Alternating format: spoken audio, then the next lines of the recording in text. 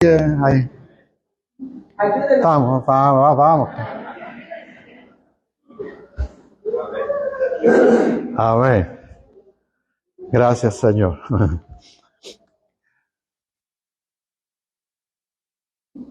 ¿Qué tan a menudo usted cambia de parecer? Muy a menudo. Nunca cambio de parecer. Soy de esa línea y no me salgo de eso. Es bueno cambiar de parecer, es bueno cambiar a veces de opinión. No mantenerse. De eso quiero hablar en esta cuarta lección de las 7 lecciones que Santiago nos está entregando, las 7 lecciones para la vida. Hoy vamos a ir a la cuarta. Vimos cómo la sabiduría es pura, primeramente pura, luego es pacífica, luego vimos que era respetuosa, exacto, respetuosa. Y hoy vamos a ver tal como, bueno, ahí están, ¿no? Las 3 que hemos visto, y ahora vemos la sabiduría de los dóciles. ¿Ah? De los dóciles. Bueno, no dije bienvenido y bienvenida porque Aloncito ya lo dijo al comienzo. Sí, Aloncito nos dio la bienvenida a todos, así que ahí ya somos todos bienvenidos. La verdadera sabiduría, nos dice Santiago, que desciende del cielo, también es dócil. Y la palabra que utiliza el escritor bíblico para dócil, ya saben que hemos ido buscando el origen griego de eso para hacernos la idea de ella. Y uno de los lingüistas dice, la verdad es que esta palabra tiene 2 traducciones, tiene 2 formas de ser entendida. Ya, la primera de esa, bueno, la palabra es eupeites, no importa que te olvides de esa palabra, así como está, en algún rato va a salir por allí escrita. La primera es que se refiere a una persona que está lista a obedecer. O sea, ese dócil sería alguien que está dispuesto, que está atento a obedecer, pero primordialmente a hacer la voluntad de Dios. Entonces uno podría decir que este sabio o la sabiduría dócil sería aquellas personas que están dispuestas a obedecer a Dios, serían sabios. ¿Ya? Que cuando llegue la voz de Dios a esa persona está dispuesto a hacerlo. Pero la otra forma de entender eupeites, que es la palabra dócil, como se traduce, es fácil de persuadir. Es decir, no se trata aquí de alguien voluble, de alguien manejable, porque ya tú ves, hay personas que tienen una opinión y se levanta alguien y dice X y dice, bueno, claro, eso es cierto lo que él dice y cambio. Y se levanta otro por allá, claro, yo también estoy de acuerdo. Entonces, como que es muy fácil de cambiar de opinión, manejable, voluble, no tiene una idea, una base para aquello. No se trata de eso. No se trata de eso. No es alguien que sea manejable. Cuando hablamos de fácil de persuadir, now pay attention, se trata de no ser testarudo, no ser porfiado, de alguien que debe atenderse a las razones, a la manera de entender, es decir, no es alguien rígido, sino que está dispuesta a revisar las distintas opciones, puntos de vista distintos, y sabe cuándo es apropiado cambiar de opinión, cuándo es apropiado cambiar de parecer. Pero, como dije, esto no implica una falta de convicción. No tener una convicción, un principio, no se trata de eso, sino es la habilidad que se tendría para reconocer cuando efectivamente es necesario ajustar nuestros puntos de vista en virtud de lo que se nos está indicando, de lo que se nos está mostrando, de lo que tú estás indagando. La sabiduría, entonces, en este sentido se presenta como una cualidad flexible, como alguien que está abierto a conversar, que no se cierra, que no es testarudo, testaruda. ¿Hay testarudo aquí? No hay ninguno, bien. Porque el testarudo incluso se resiste a reconocerse testarudo. Como el porfiado de Talca. Es un chiste muy viejo. Los abuelos como yo sabrán de qué hablo. Es uno que va en el tren, ya. Disposición a escuchar, a aprender. Escuchar, acuérdense de esa palabra. Aprender. ¿No? A cambiar cuando efectivamente sea necesario. Por eso pregunté y dije, ¿cuántas veces usted ha cambiado de parecer? Yo he cambiado de parecer varias veces en mi vida.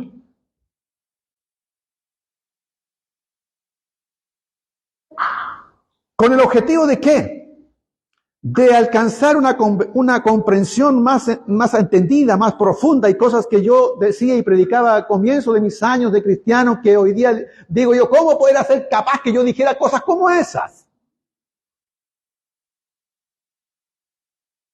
Entonces, entendiendo este concepto, que efectivamente de eso se trata, es más bien este segundo concepto más que aquel que está dispuesto a hacer la voluntad de Dios, aunque está relacionado, es aquel que está dispuesto a cambiar atendiendo a las circunstancias, a los puntos de vista, y se da cuenta que ahora tiene sentido una cosa distinta a la que él o ella está pensando. Y para eso, para que veamos lo importante de cambiar de parecer, cambiar de opinión, que eso tiene que ver con nuestro arrepentimiento, con nuestra forma de ser. Tenemos que saber que esto no es tan solo un cambio de opinión, sino que tiene que ver con nuestra forma de pensar, con nuestra forma de llevar nuestra vida. Porque uno de los mayores cambios que usted ha experimentado, y yo he experimentado, es que usted un día estaba sin Dios y al otro día el Señor mora en su corazón y su mente cambia. Usted cambia de parecer. Las cosas que antes le interesaban ya le dejaron de interesar. Las cosas que antes hacía las deja de hacer. Y hay personas que pueden preguntarle, pero ¿a qué se debe ese cambio? ¿Por qué cambiaste de parecer? ¿Por qué cambiaste de opinión?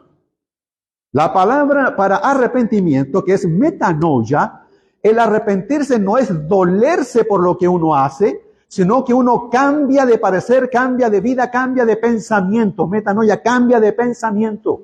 Cambia tu mente. Pablo ya nos dijo que nosotros teníamos que ser renovados en el espíritu de nuestra mente.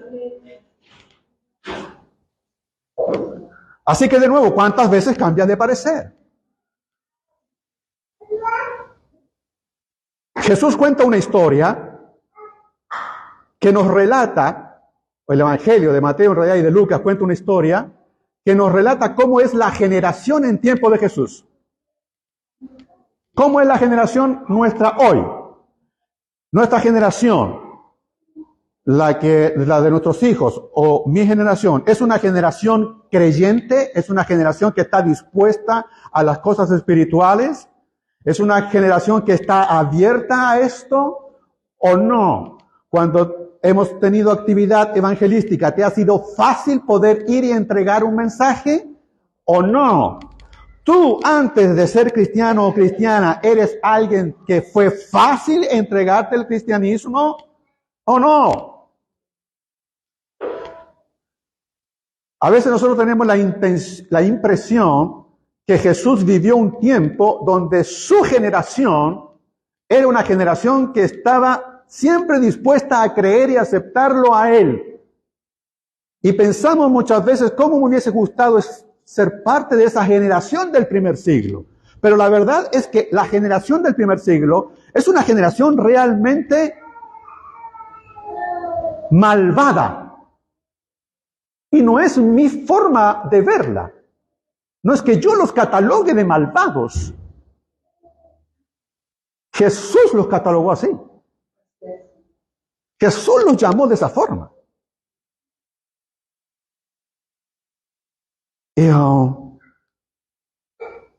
Porque finalmente nosotros nos tendríamos que dar cuenta que en 3 años de ministerio, donde él tuvo miles de personas siguiéndole,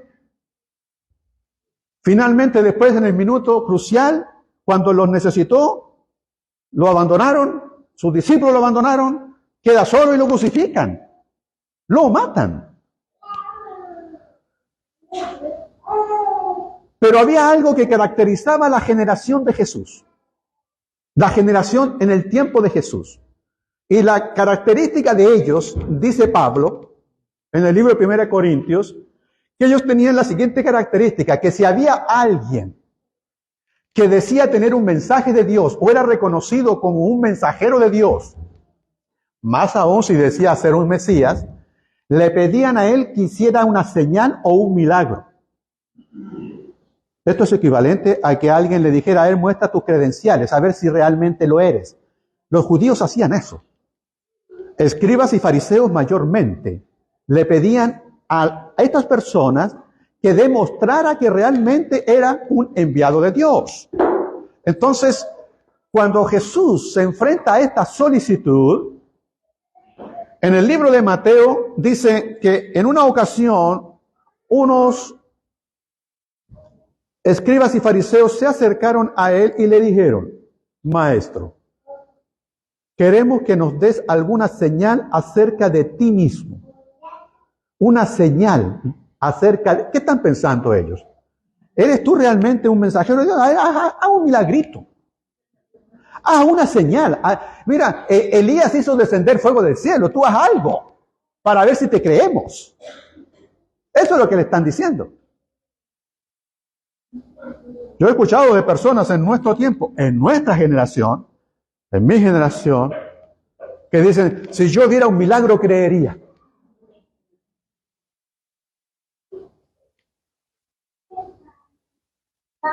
¿Y sabe cuál es la respuesta de Jesús a esa solicitud? Lucas capítulo 11, verso 29 al 32, que fue lo que leímos hace poco. Ahí está la respuesta de Jesús a esa solicitud. Si alguna vez has pedido un milagro para que tu fe aumente, si alguna vez has pedido una señal del cielo para que tú puedas creer y acercarte con mayor fidelidad a una congregación, la respuesta de Jesús fue esta. Esta es una generación que malvada. No lo dije yo. Esta es una generación malvada. Pide una señal milagrosa. Pero él dije, pero no se le dará más señal que la de Jonás. Así como Jonás fue una señal para los habitantes de Nínive, también lo será el Hijo del Hombre para esta generación. Luego habla de otro personaje, la reina de Saba. La reina del sur se levantará en el día del juicio y condenará a esta generación, a la generación de Jesús. La condenará. Porque ella vino desde los confines de la tierra para escuchar la sabiduría de Salomón, y aquí tienen ustedes a uno más importante que Salomón. Los otros, los habitantes de Nínive, se levantarán en el juicio contra esta generación, y Jesús está hablando a su generación, y la condenarán porque ellos se arrepintieron ¿al qué? Al escuchar la predicación de Jonás, y aquí tienen ustedes a uno más importante que Jonás. Iglesia. Jesús se niega a que su pueblo se establezca y su fe se establezca en virtud de la señal y del milagro. Desde el comienzo de su ministerio, Él se negó a eso porque Él recordó claramente cuando estando en el desierto, en ayuno y en oración, el demonio viene y le dice, ¿qué cosa? Que haga milagros. Tírate de aquí al barranco, no te va a pasar nada. te van a aplaudir, la gente, él dice, la gente te va a aceptar porque ellos buscan señales y milagros. Convierte esta piedra en pan. Y Jesús se negó, desde siempre se negó a aquello. Y entonces él dice, aquí hubo alguien, un pueblo que cambió de opinión, que cambió de estilo de vida, y esos fueron los ninivitas. Cuando uno dice Nínive, tal vez pasa por alto el trasfondo de ellos, pero los ninivitas, que son los asirios, son terribles. Dirían, los pequeños nuestros son terribles y malos. Inventaban formas de torturar gente. Una de las que yo más recuerdo, bueno, incluso los persas más bien piensan que la crucifixión viene por ese lado, pero una de las que yo más recuerdo, porque de solo imaginarla me da cosa. Cuando querían torturar a alguien para que hablara, tenían, tápate los ojos, hija, porque no te gusta nuestro animal, tenían ratones hambrientos y le colocaban un cono en el ombligo y le echaban el ratón allí, y la única forma que encontraba el ratón era de escarbar en el ombligo. Y ellos inventaban formas de torturar. Eran realmente serios ellos, además de sirios.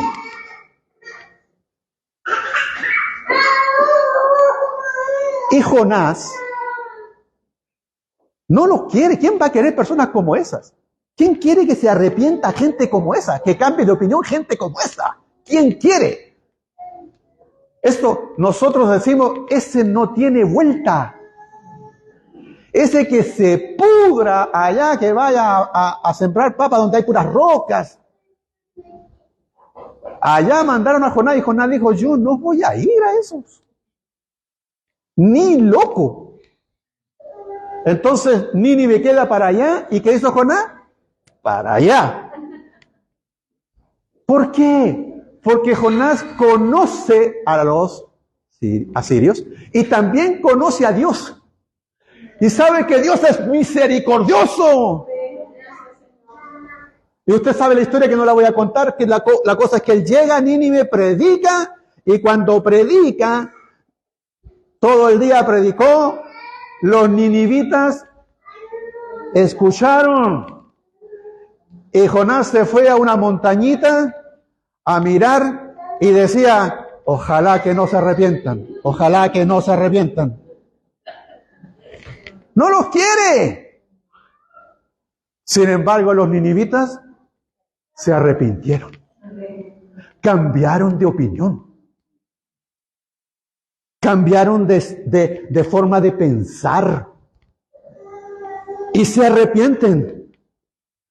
Y Jesús dice, y aquí hay alguien mayor que Jonás. Jonás, que fue desobediente y todo eso, hay alguien mayor que Jonás, pero ustedes no lo quieren escuchar. Ustedes no quieren oír. Ustedes no quieren ver una forma de cambiar sus vidas, de cambiar su forma de pensar, de ser efectivamente dóciles. Son tercos, duros de cerviz. No quieren cambiar. Les estoy mostrando formas de pensar, evidencias al respecto, pero no quieren oír, no quieren escuchar. Y aquí hay alguien mayor que Jonás. ¿Y sabe qué va a ocurrir? Dice Jesús, el día del juicio final se levantarán los ninivitas. Porque ellos, teniendo a alguien que es menor, se arrepintieron. Y ustedes, teniendo un mensaje mayor, no se han arrepentido. 3/4 lo mismo con la reina de Saba, que vino, bueno, hay muchos mitos respecto a la historia de ella, pero hay papiros antiguos que la cuentan, que cuentan la historia, tiene hasta el nombre de ella. No lo recuerdo el nombre. Sepki, creo que es el nombre de ella, del reino de Saba. Algunos ubican eso en Yemen, otros más cerca de Arabia Saudita. La cosa es que esta mujer escuchó de la sabiduría de Salomón y quiso verificar si eso era cierto. Verificar. Encontrar nuevos puntos de vista respecto de su forma de creer en Dios, que no era en el Dios de los hebreos. Ella es más bien politeísta. Llega donde Salomón, le tiene muchas pruebas, preguntas difíciles, dice el libro de los Reyes, preguntas difíciles. Y estando allí y al escuchar la sabiduría de Salomón, se dio cuenta que esa sabiduría solo podía provenir de Dios y entonces también se arrepiente.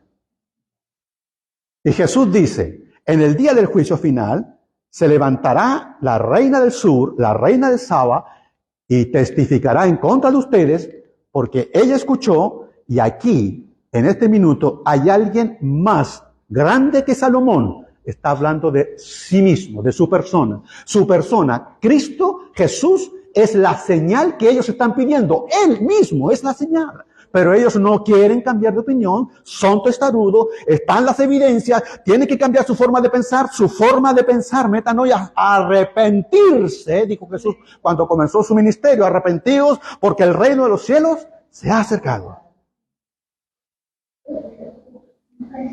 Estos ninivitas y la reina del sur que representan a todos los pueblos gentiles que habrían de ser salvos, porque ninguno de ellos son hebreos, vean allí, no son del pueblo judío, no son del pueblo hebreo. Representan a cada uno de los que no siendo judíos se arrepentirían. Gentiles, tú y yo somos gentiles. Paganos. De tal forma que ellos representan y evidencian la responsabilidad, la libertad que tienen todos los seres humanos, que tenemos de responder al llamado de Dios y que tenemos que dar cuenta de nuestras acciones delante de Dios. Ahora, todas nuestras acciones que tenemos que responder delante de Dios, nosotros tenemos que considerar que si nos comparamos ahora a los ninivitas o nos comparamos a la reina de Saba, Jesús dijo, si yo los comparo a ustedes, ustedes tienen un mayor privilegio, están aquí conmigo. Los ninivitas no estaban con Jonás, la reina de Saba no estaba solo con Salomón. Ahora veamos nosotros, nuestra generación, tú. ¿Tenemos los mismos privilegios que los ninivitas? ¿Tenemos menos que ellos? ¿Más que ellos? ¿Que la generación de Jesús? ¿Menos? ¿Más? A lo menos tenemos tres cosas. Dos de ellas podemos compartirla con la generación de Jesús. Pero hay una tercera que nos hace distinta a esa generación.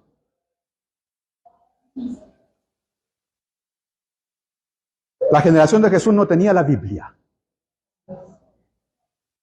Los ninivitas mucho menos. De hecho, hay mucho que tú escucharás y verás. La Reina Valera, dicen algunos, no, yo no la cambio por nada. Valera del 60. Eso que hablan en el castellano del siglo XV. Porque incluso la Reina Valera hoy día es considerada un clásico. ¿Por qué un clásico? Porque como todos los clásicos, nadie los lee. Saben que están, pero ahí está, es un clásico. Dice, el Quijote de la Mancha es un clásico. ¿Quién lo leyó entero? Pocos.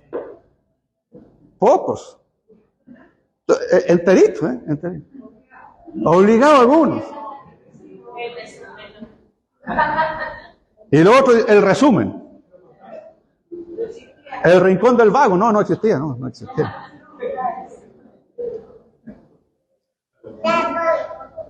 Pero nosotros tendremos que dar cuenta de ese privilegio que tenemos. Porque hoy día puedes tener cuantas versiones te imagines. Las tenemos en nuestro celular y ponemos la versión que queramos. Las comparamos. Cuando nosotros tenemos clases, comparamos nuestras versiones. La NBI, la TLA, la que a usted le guste. El punto es, ¿leemos? La generación de Jesús no tenía. Eso no tenía. Segundo privilegio, libertad de culto. En la generación de Jesús y los primeros cristianos no tenían libertad de culto. Eran perseguidos. Entre paréntesis, Lo de la Biblia que mencioné, hubo mucha gente, mucho sufrimiento, muerte, persecución para que llegaran Biblias a nuestro tiempo, ¿no? Y hay lugares todavía que hay que traficar la Biblia. Martita nos puede dar clase de eso. En el caso de la libertad de culto, hay gente que también ha peleado, ha muerto, ha dado su vida para que en todas partes podamos juntarnos y nadie venga aquí y nos entorpezca para tener nosotros nuestro culto de adoración a Dios. El problema, como alguien dijo una vez de manera humorística, de la libertad de culto, algunos lo han entendido que es la libertad para saber si vengo o no voy, así que como tengo libertad, no voy.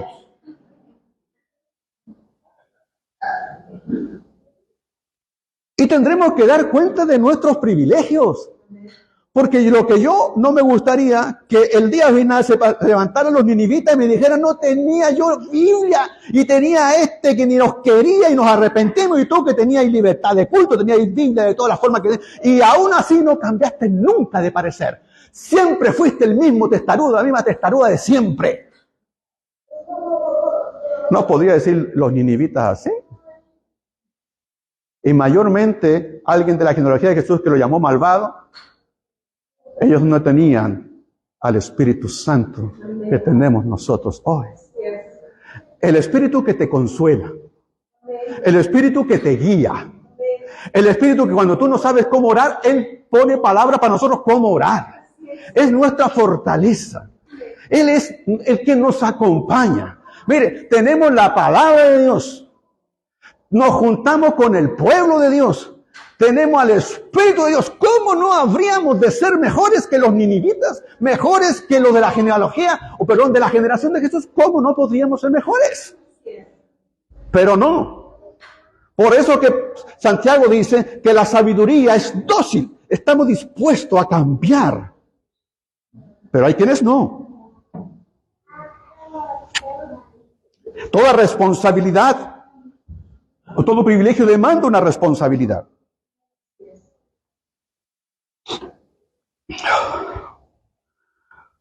Para terminar, algunas aplicaciones donde nosotros podríamos pensar en cómo actuar dócilmente. Insisto, no aquel que cambia de parecer simplemente, fácilmente, sino aquel que reúne, sabe, busca opciones distintas. Cuando nosotros tomamos decisiones, la disposición a escuchar, que lo he mencionado ya varias veces, y considerar diferentes puntos de vista. Antes de tomar una decisión, no tomamos una decisión así. Considera, cuando te cuentan una historia, siempre tienes que esperar la historia del otro lado. Hay dos versiones, o más de tres versiones. Esto permite tomar decisiones más informadas, más equilibradas, evitando ser rígido, dogmático. En nuestras relaciones interpersonales, la capacidad de ceder sabiamente y adaptarse a las circunstancias. Eso es crucial para mantener relaciones saludables. La sabiduría eupeiteis, la sabiduría dócil, fomenta la empatía y el entendimiento entre las personas. En la comunidad, en nuestra familia, al enfrentar los conflictos familiares, somos porfiados, somos tosudos, tosudas, o escuchamos, o consideramos las opiniones, vemos los sentimientos de todos los miembros de la familia, buscamos soluciones que beneficien no solo a uno, sino a todos. En el ámbito profesional o en el trabajo, en el entorno laboral, hoy día que estamos conviviendo y trabajando con personas de distintas nacionalidades. Tenemos que estar en la disposición de aprender. Todos tienen algo importante que aportar y aportarnos a nosotros. No creamos que sabemos todo, que tenemos toda la respuesta. No tenemos toda la respuesta. Tienes que considerar que puedes estar equivocado, que puedes estar equivocada.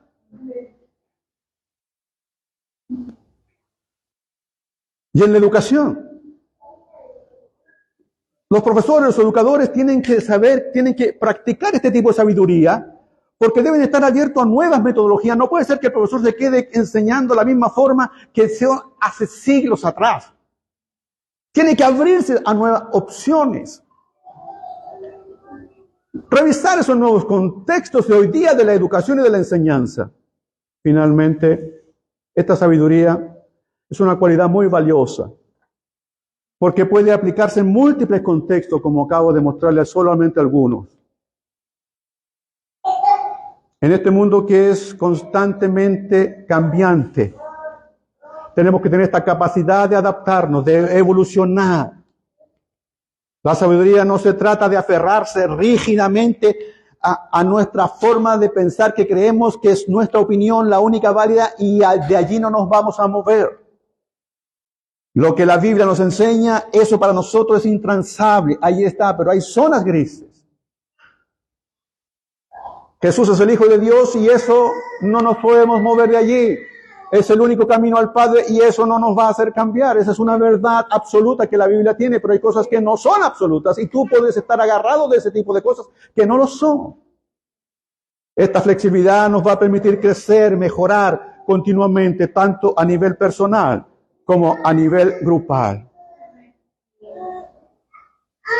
Solo no me gustaría que cuando me tenga que enfrentar a los ninivitas y me tenga que enfrentar a la reina de Saba o me tenga que enfrentar a la generación de Jesús, ellos se levanten en contra mía y me digan: Sergio, lo tuviste todo y lo desperdiciaste, lo desaprovechaste, fuiste tosudo, arrogante, no cambiaste nunca tu forma de pensar en esto. Tenías la información, tenías el alcance, tenías la palabra, te juntabas con un pueblo, estaba el Espíritu Santo del Señor. Y nunca maduraste. Envejeciste, pero no maduraste. Pasaron los años por ti, pero no creciste en sabiduría. No tenías experiencia en realidad. Repetiste ese año todas las veces. Lo viviste un año y esa misma experiencia la repetiste durante toda tu vida. Nunca creciste ni siquiera en la experiencia.